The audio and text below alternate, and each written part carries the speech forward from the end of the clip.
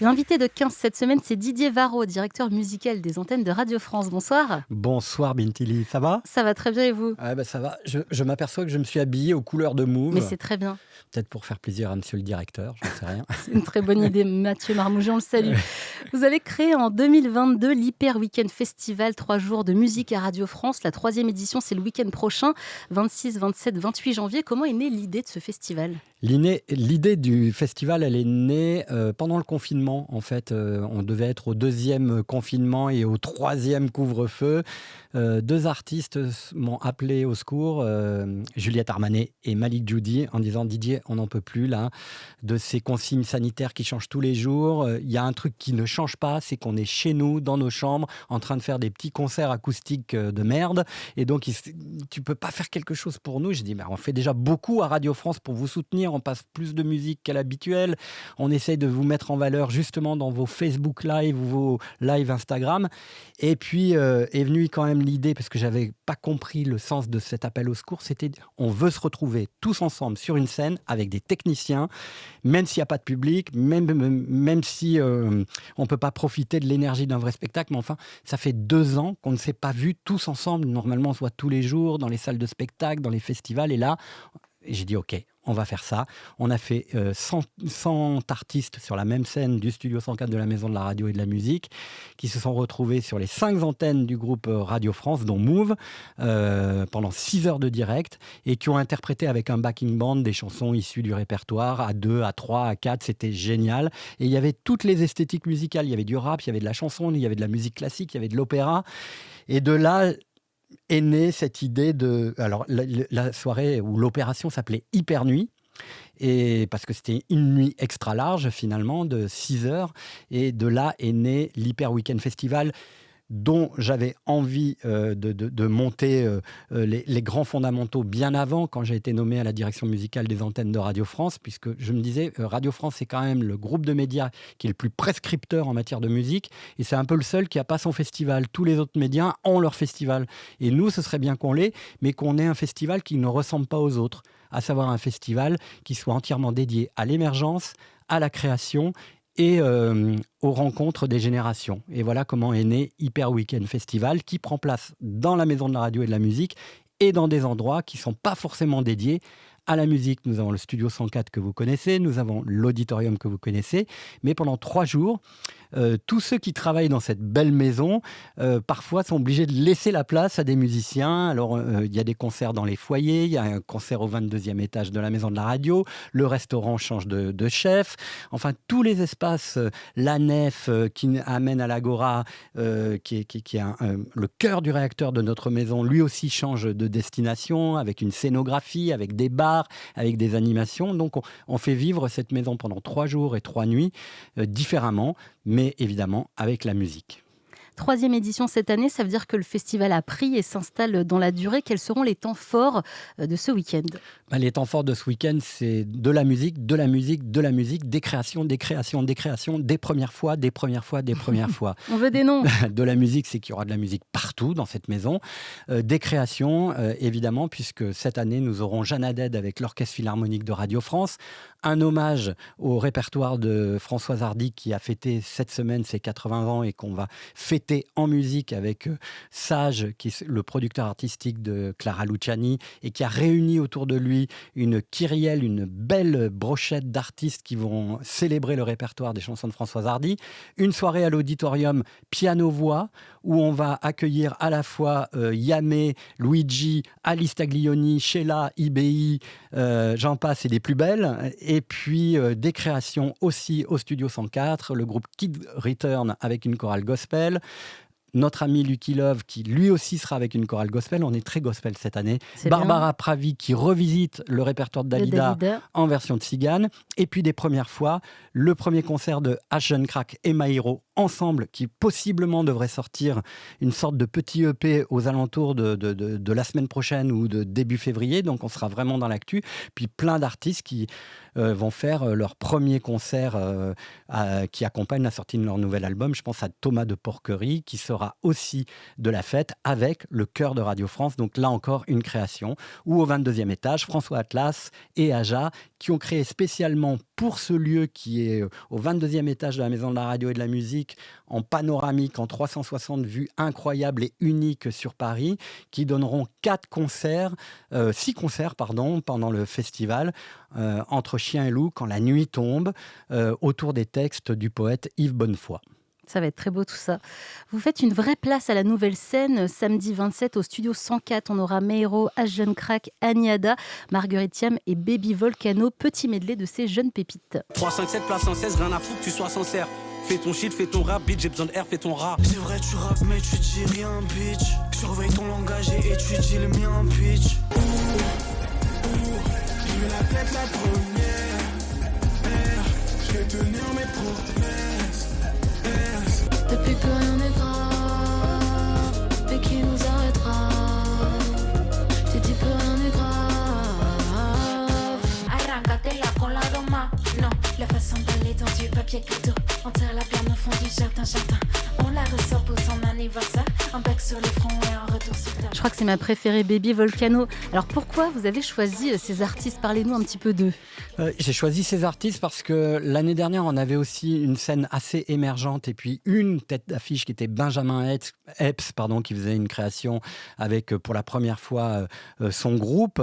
Et là, je me suis dit, on va peut-être essayer de construire la soirée avec des garçons et des filles qui ne sont pas forcément encore les têtes d'affiche du rap du moment, mais qui sont en tout cas en situation, ils sont en train de passer de la 2e division à la 1re division, avec des styles à la fois très différents, mais où effectivement on aperçoit quand même des filiations, que ce soit entre Baby Volcano et Marguerite Thiam, même si le registre musical n'est pas le même, on sent quand même dans l'état d'esprit, dans la relation au monde, dans ce qui est raconté de l'intime et de la condition des femmes, il y a vraiment des passerelles. Aniada, Meiro et H Jeune Crack, c'est pareil, ce sont vraiment des jeunes artistes encore, mais qui renouvellent aussi un peu par leur écriture, par leur insolence et par leur liberté aussi de s'inscrire dans le métier. Ce sont des artistes qui sont assez indomptables, c'est difficile de les avoir, ils communiquent pas, ils veulent pas faire d'interview, mais c'est aussi une manière d'être au plus près de la réalité de l'industrie musicale d'aujourd'hui.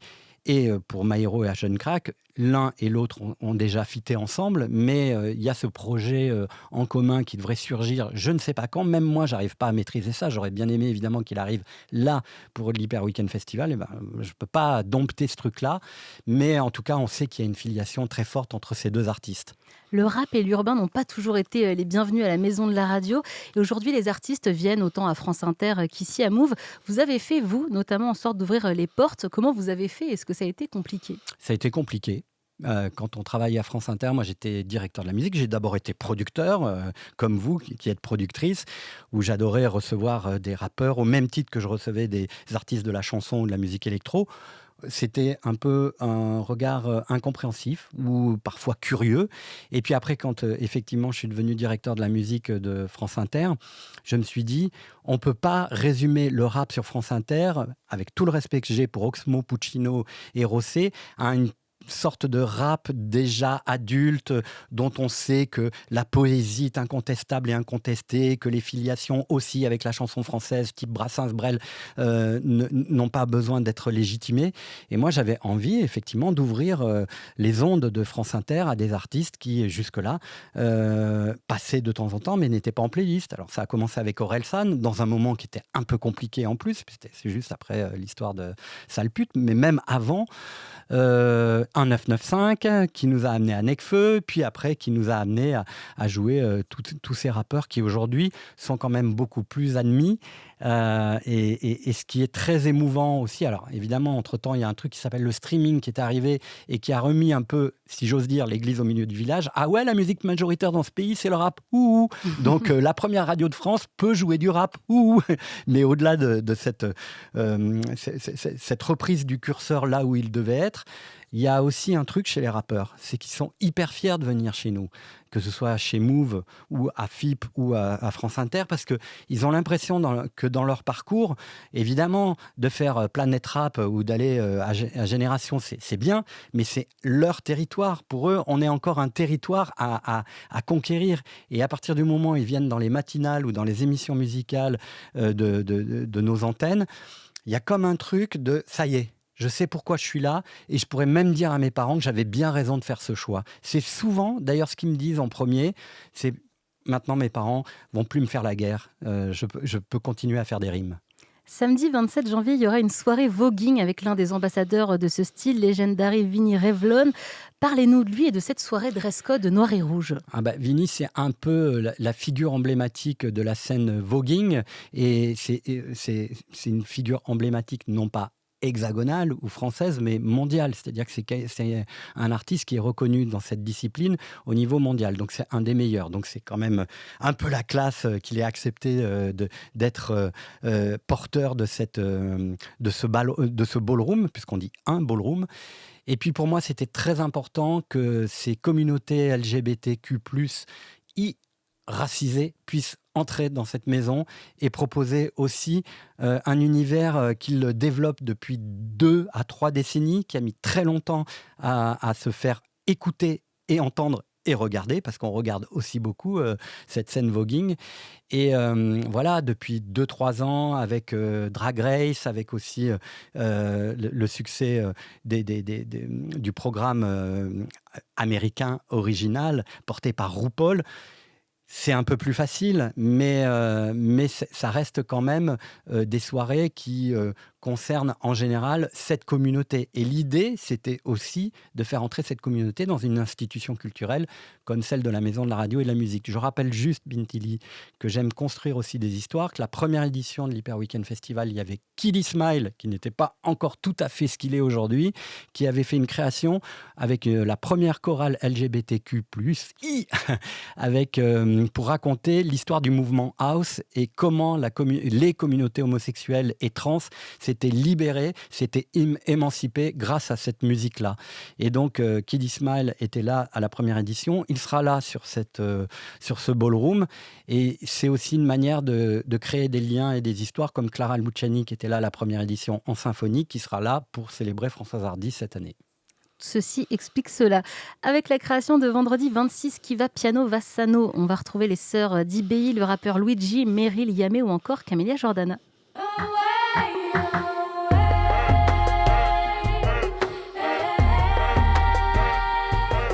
J'aimerais que tu restes en vie. J'aimerais que tu restes en vie. J'aimerais que tu restes en vie. C'est les jours avant ta vie. La route tourne, ton bâton il va se casser. Je surveille mes arrières, je fais même pas me lasser. Je soupire, ça fait ah là là, dis-moi qui m'empêchera de brasser. Bah ouais. T'entends la vibe, tu reconnais. Mon ADPS, MYAME. Je reste calme. Mon pouce envole et ça colle. Didier Varro, le parti pris de cette soirée, c'est vraiment un piano, une voix, il n'y aura pas plus. Il y aura 2 pianos. Et plein de une voix. Non, c'est vraiment ça le principe, Bintili. Tu as tout à fait raison. Vous avez tout à fait raison. En fait, ces soirées qui va Piano Vassano, elles existaient avant Hyper Weekend Festival. Elles sont portées par un label indépendant qui s'appelle Microclimat et qui fait ces soirées normalement à l'église Saint-Eustache. Et quand j'ai parlé avec ces organisateurs de qui va Piano Vassano, j'aurais dit, mais nous aussi, on a une église à Radio France, une église très laïque, mais qui est l'auditorium de Radio France où se produisent normalement strictement les formations musicales maison, l'Orchestre Philharmonique de Radio France, l'Orchestre National de Radio France, le Chœur de Radio France et la Maîtrise de Radio France. Bien. Ou alors ce sont des orchestres ou des formations classiques qui, de temps en temps, heureusement, sont invités à l'auditorium. Et j'ai dit, c'est pas trop le territoire de la pop et des chanteurs. Alors j'organise de temps en temps des pop symphoniques. Il y a le hip-hop symphonique, mais je dis, ça serait quand même génial de faire rentrer dans cette église laïque des artistes aussi différents que Luigi, Yamé, Camélia Jordana, tous ceux qu'on a entendus dans votre petit mix, et de leur imposé, si j'ose dire. Un exercice, c'est de chanter quasiment à poil, quoi, parce que piano-voix dans cette salle qui est très impressionnante en termes acoustiques, mais aussi en termes architectural. C'est une salle circulaire en 360, toute boisée, avec l'orgue magistral qui trône. Et donc, c'était pour moi un pari. Et c'était aussi un pari que dans cette soirée, on ait des artistes qu'on n'a pas l'habitude d'entendre dans ce genre d'exercice piano-voix. Donc, effectivement, c'est pas avec les chansons piano-voix que Luigi est identifié. Idem pour Yamé, même s'ils adorent ça. Dans leur set, ils ont à cœur un moment d'offrir un moment d'émotion, comme ça, un moment plus acoustique, plus dénudé, plus introspectif. Et puis, j'avais aussi envie de casser les codes, encore d'ouvrir les fenêtres et de pousser les murs pour qu'on ne soit pas dans un truc très service public où on est dans une programmation attendue. Et c'est pour ça que j'ai aussi voulu que, outre tous ceux que vous avez cités, il y ait Claude, qui est un jeune artiste dont on va beaucoup parler, surtout après cette prestation-là, parce que je l'ai vu en répétition ce matin, c'est hallucinant. Je pense que ce mec a un destin à la Stromae, donc voilà, oui. Je pense qu'il va saisir tout le monde, avec un univers un peu différent, bien sûr. Il y aura Alice Taglioni, qu'on connaît pour ses films et son talent de comédienne, qui est une pianiste, une grande pianiste, très grande pianiste, concertiste. Voilà, et qui là va... Et puis il y a Sheila aussi. Et c'est ça qui est réjouissant, c'est le rencontre des générations et des esthétiques, et tout ça au même endroit, avec le respect que ces artistes se portent les uns les autres. IBI, elles ont déjà chanté Spacer avec Sheila, donc... où Alice Taglioni a déjà rencontré aussi Sheila. Donc tout ça, finalement, est naturel. Ça peut paraître un peu incongru comme ça à première vue, mais finalement, on est aussi dans cette génération qui est la jeune génération, qui est une génération random, qui écoute aussi bien Dalida que Aphex Twin, que Luigi ou Yamé. Donc moi, ça me va très, très bien. Ce que j'adore dans ce festival aussi, Didier, c'est qu'on mange bien. L'an dernier, c'était Aurélie Saada qu'on a découvert avec le duo Brigitte qui nous avait régalé, je dois le dire, avec sa cuisine tunisienne. Cette année, on retrouve l'Impératrice au fourneau, le groupe pop avec ses 6 membres.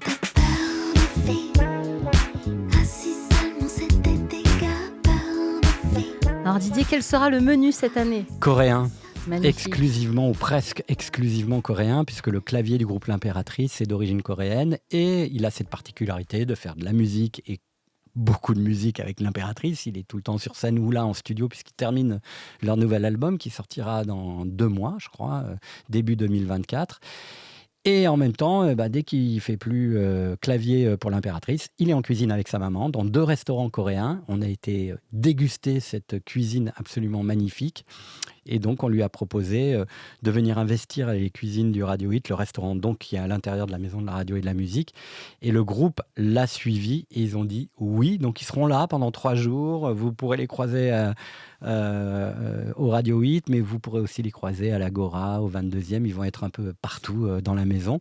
Et c'est aussi bien parce que ça rappelle quand même que la musique et la gastronomie ont des vrais liens, comme le sport et la musique, puisqu'on aura Enzo Lefort, qui est un champion médaillé, champion du monde d'escrime, qui viendra avec Marguerite Thiam parler de son podcast Le Rebond, qui est en fait comment rebondir après l'échec. Et je pense que Enzo Lefort aura beaucoup de choses à dire, puisqu'il sort d'une compétition où il a eu le genou blessé, il doit se réparer très très vite pour les JO, puisque c'est un des grands espoirs de nos athlètes français pour les JO de Paris 24. Donc voilà, c'est ça aussi. Hyper Weekend Festival, c'est une façon de comment dire, de sortir de nos couloirs pour voir que la musique, c'est une relation et un rapport au monde qui concerne la mode, la gastronomie, le dessin animé, l'image, évidemment. Et donc, on regroupe tout ça en 3 jours et 3 soirs. Petite frayeur l'an dernier, une dalle s'était affaissée lors du concert du rappeur Ness. Est-ce que tout est rentré dans l'ordre, Didier ? Est-ce qu'on va pouvoir faire des pogos tranquillement cette année ? Alors ça, c'est la bonne question et la question la plus vache. Quand même. Non, mais oui, vous avez vu, on a rebouché les trous et puis on les a bien rebouchés. Donc, bon. les tests ont été faits pour que, évidemment, tout se passe bien cette année. Et d'ailleurs, on aurait bien aimé que Ness revienne, mais ce n'était pas possible cette année. J'espère que ça sera possible l'an prochain. Mais finalement, on a décidé quand même, parce que je suis un peu superstitieux, même si je porte du vert, de déplacer les concerts qui étaient à l'Agora. On les déplace dans un des foyers que vous connaissez, qui est le foyer C. qui est un endroit où on est sûr que le sol est beaucoup plus stable. Et il peut supporter Voilà. le pogo de notre jeunesse à Radio France.